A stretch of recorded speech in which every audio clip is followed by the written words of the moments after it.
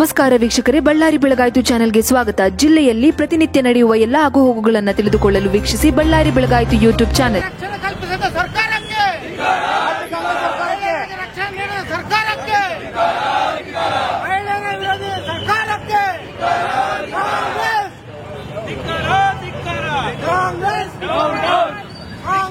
ಬೆಳಗಾಂನಲ್ಲಿ ನಡೆದಿದ್ದ ನಮ್ಮ ಅಧಿವೇಶನ ಟೈಮಲ್ಲಿ ಆ ಘಟನೆ ತುಂಬ ನಮಗೆಲ್ಲ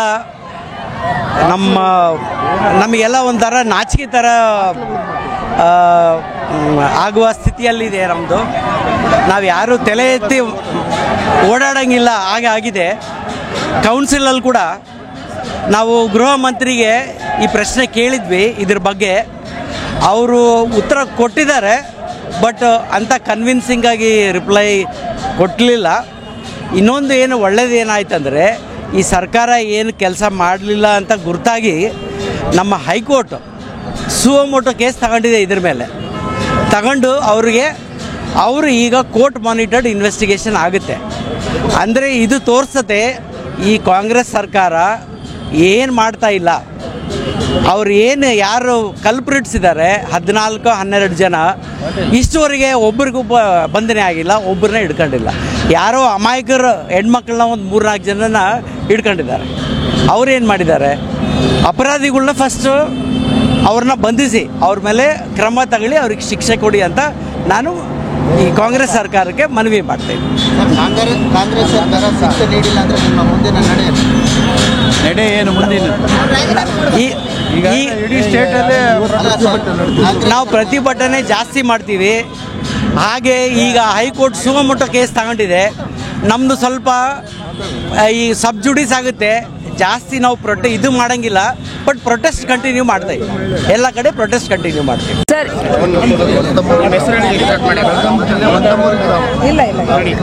ಸರ್, ನನ್ನ ಹೆಸರು ಸುಗುಣ ಅಂತೇಳಿ, ಜಿಲ್ಲಾ ಮಹಿಳಾ ಮೋರ್ಚಾ ಅಧ್ಯಕ್ಷರು BJP. ಸರ್, ಏನೂ ಇಲ್ಲ, ಮಹಿಳೆಯರಿಗೆ ರಕ್ಷಣೆ ಇಲ್ಲ ಅಂತ ಹೇಳ್ಬಿಟ್ಟು ಬೆಳಗಾವಿಯಲ್ಲಿ ಅಧಿವೇಶನ ನಡೀತಾ ಇತ್ತು. ಆ ಸಂದರ್ಭದಲ್ಲೇ ಈ ಘಟನೆ ಆಗಿದೆ. ಆದರೂ ನಮ್ಮ ಸರ್ಕಾರದವರು ಏನು ಮಾಡಿದ್ದಾರೆ ಅನ್ನೋದು ಗೊತ್ತಾಗ್ತಾ ಇಲ್ಲ. ಇಷ್ಟೆಲ್ಲ ಕಾರ್ಯಕ್ರಮಗಳು ಆಗ್ತಾ ಇದೆ, ಮಹಿಳೆಯರಿಗೆ ಕೊಡ್ತಿದ್ದೀವಿ ಉಚಿತ ಅಂತ ಹೇಳ್ಕೊಂಡು ಮಹಿಳೆಯರಿಗೆ ಬೆತ್ತಲೆಯಿಂದ ಅವರನ್ನು ಈ ಥರ ಶೋಷಣೆ ಮಾಡ್ತಾ ಇದ್ರು ಕೂಡ ಸರ್ಕಾರ ಯಾವುದೂ ಮಾಡ್ತಾ ಇಲ್ಲ. ಮಹಿಳಾ ಸಚಿವರಾದಂಥ ಲಕ್ಷ್ಮೀ ಹೆಬ್ಬಾಳ್ಕರ್ ಅವರು ಏನು ಮಾಡ್ತಿದ್ದಾರೆ, ಅವರು ದುಡ್ಡಿನ ಹಿಂದೆ ಓಡ್ತಾ ಇದ್ದಾರೆ ಸರ್. ಯಾವುದೇ ಕಾರಣಕ್ಕಿದ್ದು ಅವ್ರ ಪರ್ಸೆಂಟೇಜು ಅವ್ರು ದುಡ್ಡು ಬೇಕಂತ ಹೇಳ್ಬಿಟ್ಟು ಮಹಿಳೆಯರಿಗೆ ರಕ್ಷಣೆ ಬಗ್ಗೆ ಆಲೋಚನೆ ಮಾಡ್ತಾ ಇಲ್ಲ. ಮಹಿಳಾ ಮತ್ತು ಮಕ್ಕಳ ಕಲ್ಯಾಣ ಇದೆ ಸಚಿವರಾದರೂ ಕೂಡ ಇದು ಪ್ರಸ್ತಾಪನೆ ಮಾಡ್ತಾ ಇಲ್ಲ. ಅವರು ಎಲ್ಲೂ ಕೂಡ ಕ್ರಮ ತಗೋಬೇಕಾಗಿ ವಿನಂತಿ ಮಾಡ್ತಾ ಇದ್ದೀವಿ. ಮತ್ತು ಸರ್ಕಾರದ ವಿರುದ್ಧ ಇಷ್ಟೆಲ್ಲ ನಡೀತಾ ಇದೆ. ನೀವು ಇಲ್ಲಿ ಫ್ರೀ ಕೊಟ್ಬಿಟ್ಟು ಆ ಕಡೆಗೆ ಹೆಣ್ಮಕ್ಳಿಗೆ ಬೆತ್ತಲೆ ಮಾಡೋದ್ರಿಂದ ನ್ಯಾಯ ಸಿಗಲ್ಲ ಸರ್. ಇದು ನೀವು ಫ್ರೀಗಳು ಬಿಟ್ಟು ಫಸ್ಟ್ ಮಹಿಳೆಯರಿಗೆ ರಕ್ಷಣೆ ಕೊಡೋದ್ರ ಕಡೆ ಗಮನ ಕೊಡಬೇಕಂತೇಳಿ ತಮ್ಮಲ್ಲಿ ವಿನಂತಿ ಮಾಡ್ತಾ ಇದ್ದೀವಿ.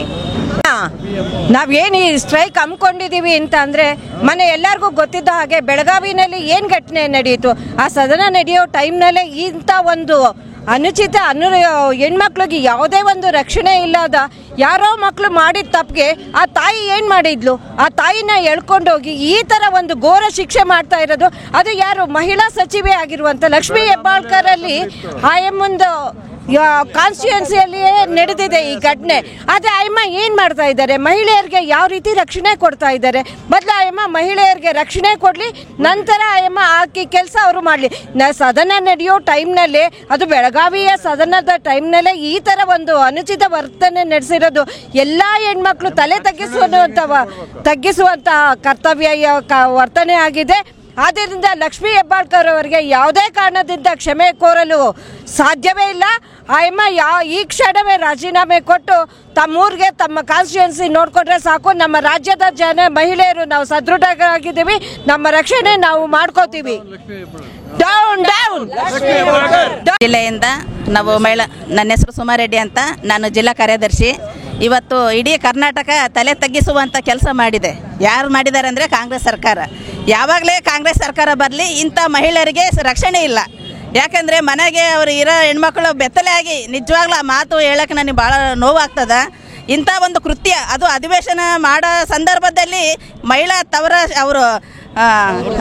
ತವರು ಕ್ಷೇತ್ರದಲ್ಲಿ ಅವರು ಇಂಥ ಕೃತ್ಯ ಆಗಿದೆ ಅಂದರೆ ನಿಜವಾಗ್ಲೂ ಏನು ಕೃತ್ಯ ಮಾಡಿದ್ದಾರೆ. ಹಂಗಾಗಿ ಅವರು ಲಕ್ಷ್ಮೀ ಹೆಬ್ಬಾಳ್ಕರ್ ತಕ್ಷಣ ಅವರು ಮಾನ ಮರ್ಯಾದೆ ಇದ್ದರೆ ತಕ್ಷಣ ರಾಜೀನಾಮೆ ಕೊಡಬೇಕು. ಯಾಕಂದ್ರೆ ತನ್ನ ಕ್ಷೇತ್ರದಲ್ಲಿ ಹೆಣ್ಮಕ್ಳಿಗೆ ರಕ್ಷಣೆ ಇಲ್ಲ ಅಂದರೆ ಇನ್ನು ರಾಜ್ಯ ಜನತೆಗೆ ಏನು ಅವರು ರಕ್ಷಣೆ ಕೊಡ್ತಾ ಇದ್ದಾರೆ. ಹಾಗಾಗಿ ನಾವು ಮಹಿಳಾ ಮೋರ್ಚಾದಿಂದ ನಾವು ಉಗ್ರವಾಗಿ ಎಲ್ಲ ಜಿಲ್ಲೆಯಿಂದ ನಾವು ಸ್ಟ್ರೈಕ್ ಮಾಡ್ತಾ ಇದ್ದೀವಿ.